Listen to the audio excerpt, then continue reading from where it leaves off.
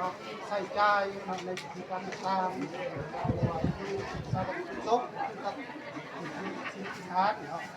โรงเรียนคนการสังคม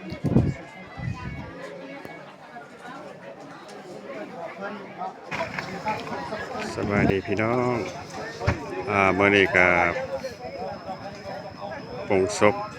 ส่งสการอาจารย์สมพงษ์วงศ์ศักดิ์อยู่ที่คุมพระคะบ้านทวดเนาะ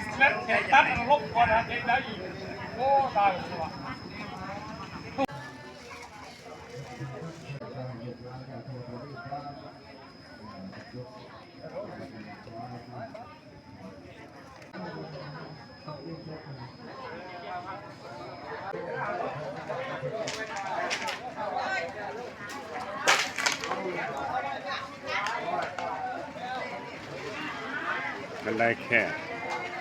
คนกับพอดีมา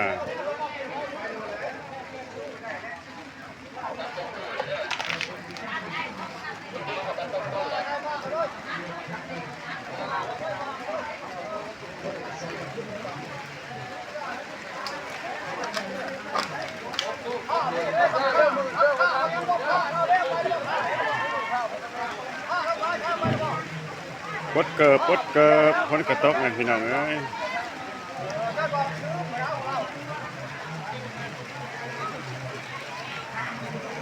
จกฝากซ้อนสิอยู่เฮือนใกล้สุดที่แท้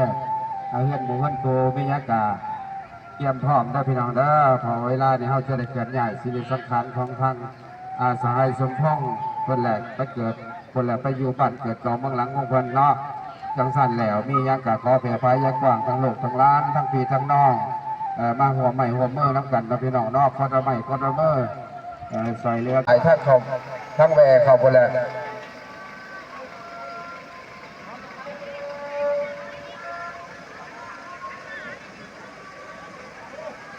สมณเณรเพิ่นรถน้ำเพิ่นน้ำอาจารย์เพิ่นก็ได้เด้อ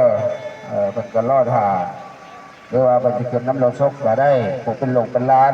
ก็ได้เด้อบ่เป็นหยังยืนช่องมาทางเพิ่นก็บ่แห้งดอกค่อยๆทยอยขออโหสินำเด้อขนาดเด้อขอให้ลูกหลานผ่านพ้นไปก่อนจังได๋ก็ขออนุญาต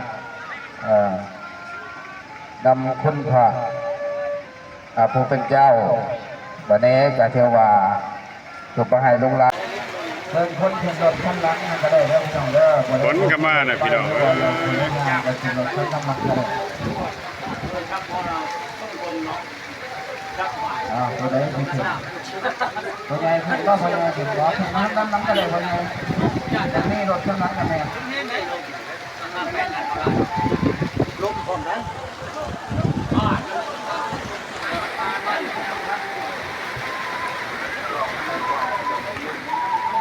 พยายามต้องโอ้โหด้วย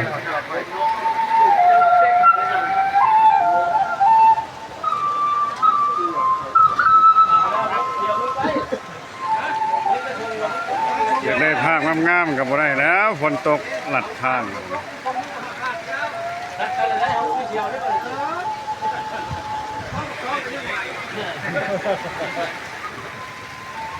ทางคนเซ็นจะเป็นคนหน่วยนะแบบนี้เนาะ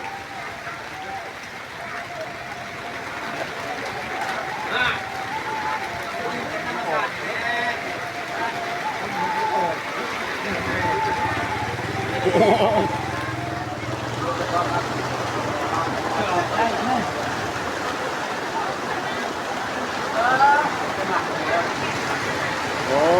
ยฝนพี่น้องเอาสำนีเด้อพี่น้องเด้อได้ภาพสำนีแล้วมาตัวนี้แล้วเนาะขอบใจ